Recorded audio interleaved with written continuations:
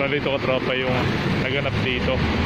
Yan, nakikita nyo malapitan yung bumper.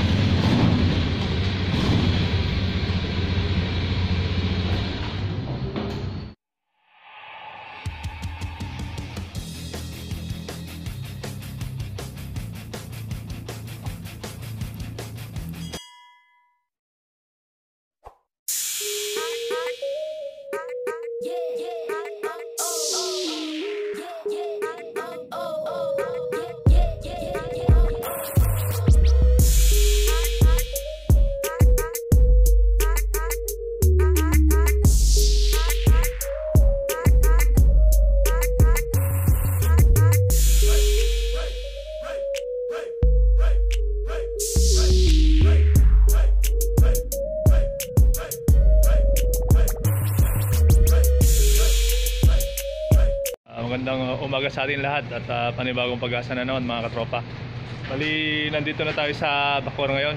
Ayan, kagabi ang lakas ng ulan dito sa Cavite. Maulan siya. Yun, maglalabas muna tayo ng motor dyan and then ayusin natin yung service area para may pwestuhan tayo. Tapos abangan natin yung release natin ngayong araw, yung Honda Beat. Yun yung abangan natin mga katropa. Kung napapansin nyo, yung mga dahon dyan nagkalaglagan na, yung mga dahon sa taas yan, magwawalis muna tayo dito mga katropa.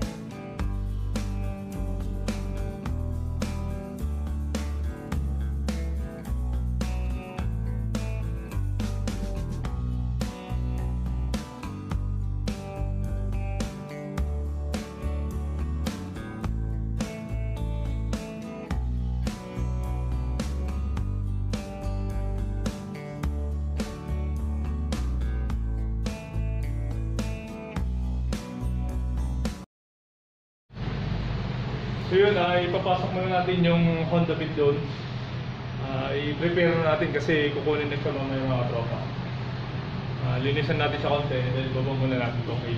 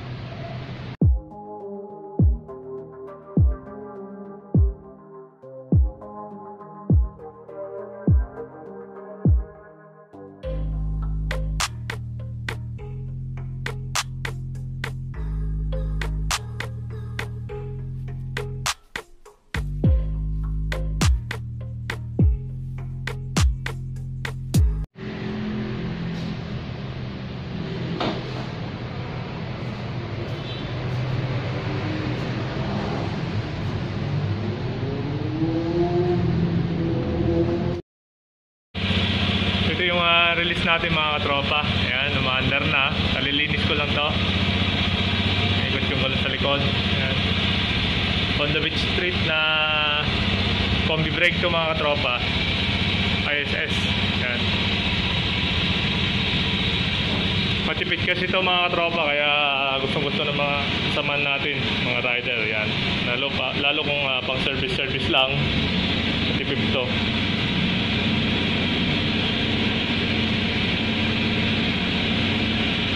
Ganda yung kulay niya mga tropa. Yan, bandila. Kaya ko lang mga tropa kung madadagdagan pa to. Ayan. So hintayin na lang natin si sir. Kaya ko lang kung nandyan na, para makancel na natin siya sa warranty. A few moments later. So yun mga tropa, nandyan na si sir yung magre-release sa amin. Ayan. Honda Beat 110.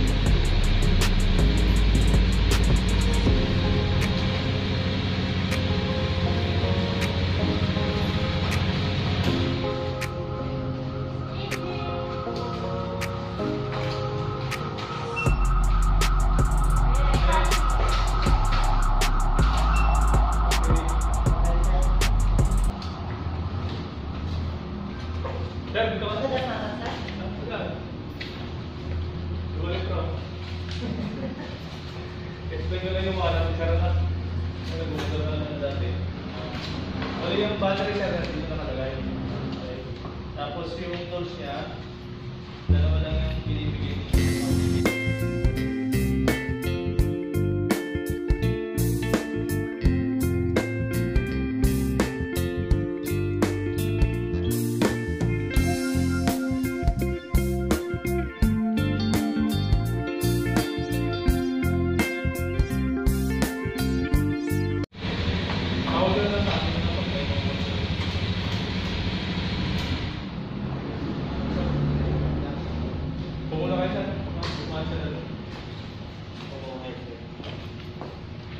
So yun mga katropa, okay na yung release natin. Ina-counsel na lang si sir dun sa payment niya, tapos hinihintay na lang namin yung helmet niya. Kinuha ng mga katropa natin sa Imos, pumiram sila ng helmet doon. Ubos na kasi tayo ng stock, wala pang delivery mga katropa. Yan yung release natin ng Beat na combi brake ISS.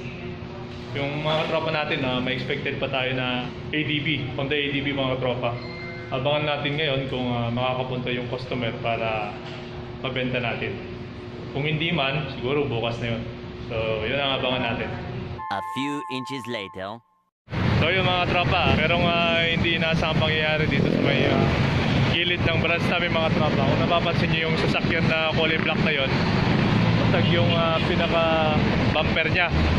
Nakabangga niya yung click na motor, Honda Click. So lapitan natin mga tropa kung ano yung sitwasyon doon. Bali ito ka tropa yung naganap dito. Yan, nakikita nyo malapitan yung bumper, pasag na. Tapos yung unahan ng Click 150. Yan, siguro ito patras, di ko nang napansin kung patras to. Tapos pag-o naman itong Click 150. Kaya hindi nagbigayan mga tropa yan. So ito po yung sitwasyon ngayon mga katropa. Yan, buti kahit pa paano walang nagsaktang tao. Ayan o. Buti ganyan lang. Bali yun mga katropa. Bali yung kwento pala kanina doon na banggit ng mga saksi kanina. Bali yung itim na sasakyan galing pa Maynila and then mag-U-turn sana. Ngayon yung isang Click 150 galing SM papunta na dito sa Las Piñas pa Maynila. Kaya lang hindi sila nagbigayan mga katropa eh. Yung isa nung nag-U-turn daw yung itim na sasakyan, bigla daw pumasok kaya nabangga ng Click 150. Yun yung kwento nila mga katropa.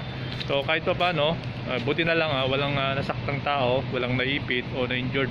Yung motor lang saka yung bumper ng sasakyan. Parts lang naman yun. Importante doon walang nasaktang tao.